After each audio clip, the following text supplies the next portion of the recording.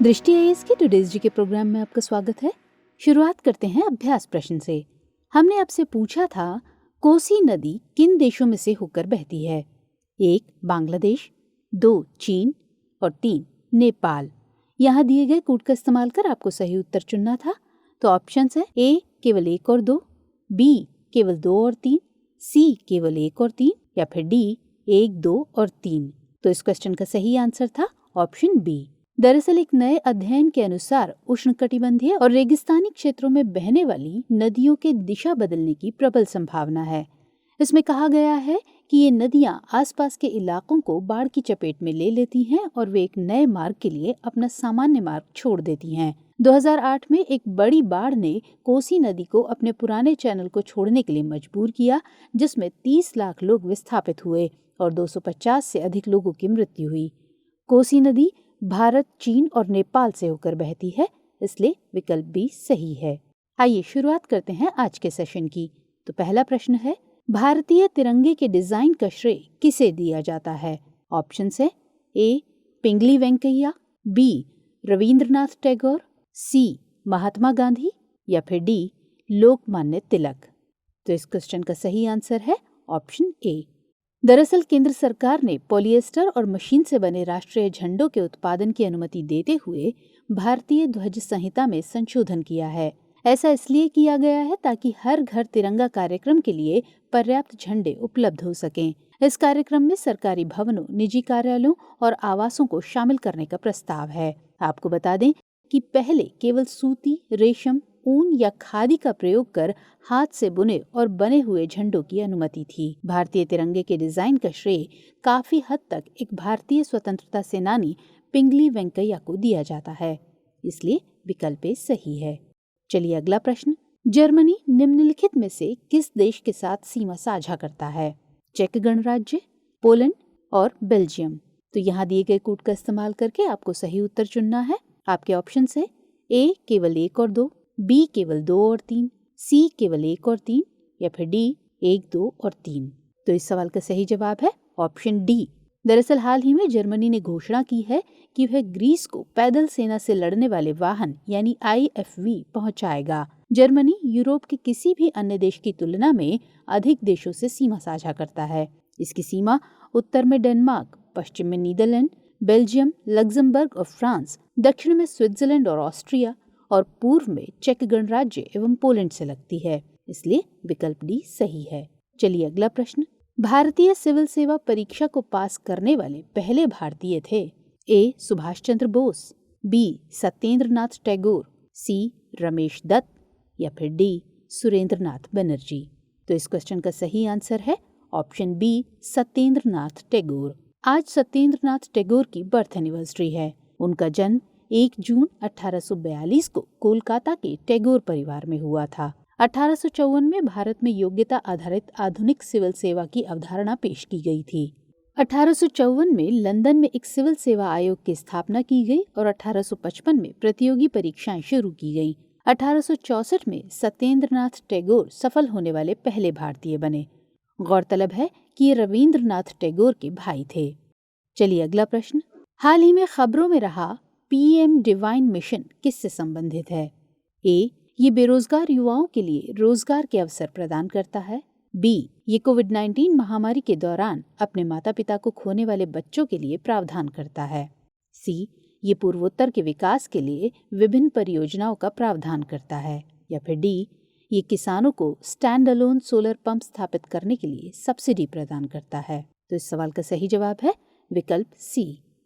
केंद्र सरकार पूर्वोत्तर में PM डिवाइन मिशन के तहत 1,34,200 करोड़ रुपए की कई रेल, सड़क और हवाई संपर्क परियोजनाएं चला रही है, इसलिए विकल्प सी सही है। PM डिवाइन मिशन का पूरा नाम prime ministers development initiative for north east है। इसकी घोषणा केंद्रीय बजट 2022-23 में की गई थी। इस योजना को उत्तर पूर्वी परिषद द्वारा लागू किया जाएगा। अगला प्रश्न, हाल ही में Indo Pacific maritime domain awareness यानी MDA पहल किसके द्वारा शुरू की गई थी? ए नाटो, बी G20, सी सार्क या फिर डी क्वाड समूह। तो इस क्वेश्चन का राइट आंसर है ऑप्शन डी क्वाड समूह। हाल ही में क्वाड समूह ने Indo Pacific maritime domain awareness यानी MDA पहल शुरू की, इसलिए विकल्प डी सही है। इस पहल का उद्देश्य इंडो पैसिफिक क्षेत्र में सूचना साझा करना और समुद्री निगरानी करना है। क्वाड ग्रुप में भारत, ऑस्ट्रेलिया, जापान और अमेरिका शामिल हैं। ये चारों देश एक मुक्त, खुले और समृद्ध इंडो पैसिफिक क्षेत्र को सुनिश्चित करने और समर्थन करने के लिए एक साझा उद्देश्य रखते हैं। चलिए अगला प्रश्न देखते हैं। DRDO द्वारा विकसित की गई मिसाइल अस्त्र MK1 है। ए, हवा से हवा में मार करने वाली मिसाइल। बी, हवा से सतह पर मार करने वाली मिसाइल। सी, सतह से सतह पर मार करने वाली मिसाइल। या फिर डी, सतह से हवा में मार करने वाली मिसाइल। तो इस सवाल का सही जवाब है ऑप्शन ए। दरअसल रक्षा मंत्रालय ने अस्त्र MK1 की आपूर्ति के लिए हैदराबाद स्थित भारत डायनेमिक्स लिमिटेड यानी BDL के साथ एक अनुबंध पर हस्ताक्षर किए हैं। अस्त्र MK1 एक बियॉन्ड विजुअल रेंज यानी BVR की हवा से हवा में मार करने वाली मिसाइल है, इसलिए विकल्प ए सही है। इसे भारतीय वायुसेना और भारतीय नौसेना के लड़ाकू विमानों पर तैनात किया जाएगा। इस मिसाइल का विकास रक्षा अनुसंधान और विकास संगठन यानी DRDO ने किया है।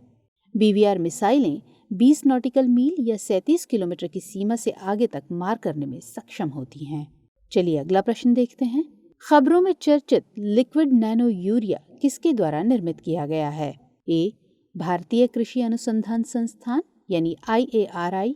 बी, भारतीय उर्वरक और पोषक अनुसंधान संस्थान यानी ICFNR। सी, भारतीय किसान उर्वरक सहकारी यानी IFFCO। या फिर डी, अंतर्राष्ट्रीय खाद्य नीति अनुसंधान संस्थान यानी IFPRI। तो इस सवाल का सही जवाब है ऑप्शन सी। हाल ही में प्रधानमंत्री ने गुजरात यात्रा के दौरान कलोल में देश के पहले लिक्विड नैनो यूरिया संयंत्र का उद्घाटन किया। लिक्विड नैनो यूरिया का उत्पादन भारतीय किसान उर्वरक सहकारी यानी IFFCO लिमिटेड द्वारा किया गया है, इसलिए विकल्प सी सही है। इससे न केवल यूरिया के आयात में कमी हो सकती है बल्कि कृषि उत्पादन में वृद्धि होने की भी उम्मीद है। चलिए बढ़ते हैं अगले प्रश्न की ओर। निम्नलिखित में से कौन के आकार की रिकवरी की सबसे अच्छी व्याख्या करता है? ए, जब एक अर्थव्यवस्था के विभिन्न क्षेत्र अलग अलग दरों पर रिकवर होते हैं। बी, जब अर्थव्यवस्था एक साल से भी कम समय में अपने पूर्व मंदी के स्तर पर वापस जाने के लिए तेज गिरावट के तुरंत बाद वापस उभरती है। सी, जब अर्थव्यवस्था ठहराव के बाद धीरे धीरे अपने पिछले शिखर पर पहुंच जाती है। या फिर डी, इनमें से कोई भी नहीं। तो इस क्वेश्चन का सही आंसर है ऑप्शन ए। हाल ही में जारी अनंतिम अनुमान के मुताबिक 2021-22 में GDP 8.7% की दर से बढ़ी है। अर्थव्यवस्था पूर्व महामारी के स्तर से आगे निकल गई है, लेकिन रिकवरी सभी क्षेत्रों में एक समान नहीं रही है। जब किसी अर्थव्यवस्था के विभिन्न क्षेत्र अलग अलग दरों पर रिकवर होते हैं तो इसे के आकार की रिकवरी कहा जाता है, इसलिए विकल्प सही है। पिछले वित्त वर्ष के अंत में कृषि एवं संबद्ध क्षेत्र में पूर्व कोविड स्तर से 6.5% वृद्धि दर्ज की गई, लेकिन खनन और निर्माण जैसे क्षेत्रों में या तो मामूली वृद्धि हुई है या घाटा हुआ है, जबकि व्यापार और होटल आदि जैसी सेवाएं अभी भी पूर्व कोविड स्तरों से 11% से अधिक नीचे हैं। चलिए अगला प्रश्न। निम्नलिखित में से कौन से क्षेत्र औद्योगिक उत्पादन सूचकांक यानी IIP के प्रमुख उद्योगों में शामिल हैं? ए, इस्पात। बी, कच्चा तेल। 3, रिफाइनरी उत्पाद। और 4, उर्वरक। तो यहाँ दिए गए कूट का इस्तेमाल करके आपको सही आंसर चुनना है। तो ऑप्शंस हैं ए, केवल 1 और 2। बी, केवल 2 और 3। सी, केवल 1, 2 और 3। या फिर डी, 1, 2, 3 और 4। तो इस सवाल का सही जवाब है ऑप्शन डी। दरअसल अप्रैल में भारत के कोर सेक्टर का उत्पादन 8.4% बढ़ा, जो 6 महीने में सबसे अधिक है। औद्योगिक उत्पादन सूचकांक यानी IIP में 8 प्रमुख उद्योगों के सूचकांक यानी ICI का 40.27% योगदान है। 8 प्रमुख क्षेत्र के उद्योग अपने भारांक के घटते क्रम में इस प्रकार हैं: रिफाइनरी उत्पाद, बिजली, स्टील, कोयला, कच्चा तेल, प्राकृतिक गैस, सीमेंट और उर्वरक, इसलिए विकल्प डी सही है। IIP एक संकेतक है जो एक निश्चित अवधि के दौरान औद्योगिक उत्पादों के उत्पादन की मात्रा में परिवर्तन को मापता है। ये केंद्रीय सांख्यिकी संगठन यानी CSO सांख्यिकी और कार्यक्रम कार्यान्वयन मंत्रालय द्वारा मासिक रूप से संकलित और प्रकाशित किया जाता है। चलिए अगला प्रश्न। स्टॉकहोम सम्मेलन के संबंध में निम्नलिखित कथनों पर विचार कीजिए। 1. ये वर्ष 1972 में हुआ था। 2. इस सम्मेलन के परिणाम स्वरूप संयुक्त राष्ट्र पर्यावरण कार्यक्रम यानी UNEP बनाया गया था।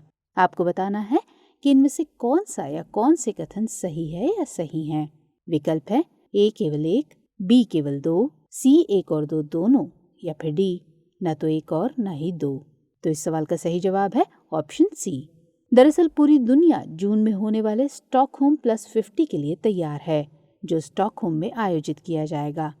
इसकी थीम स्टॉकहोम +50 सभी की समृद्धि के लिए एक स्वस्थ ग्रह हमारी जिम्मेदारी हमारा अवसर है। स्टॉकहोम सम्मेलन 5 जून से 16 जून 1972 तक हुआ था, इसलिए कथन 1 सही है। पर्यावरण को एक प्रमुख मुद्दा बनाने वाला ये पहला वैश्विक सम्मेलन था। इस सम्मेलन के प्रमुख परिणामों में से एक संयुक्त राष्ट्र पर्यावरण कार्यक्रम यानी UNEP का निर्माण हुआ था, इसलिए कथन 2 भी सही है। आइए अब नोट करते हैं आज का अभ्यास प्रश्न। दुनिया में दुग्ध का सबसे बड़ा उत्पादक देश है? A Bharat, B Brazil, C चीन, या फिर D अमेरिका। तो इस प्रश्न का उत्तर कमेंट सेक्शन में देना मत भूलिएगा।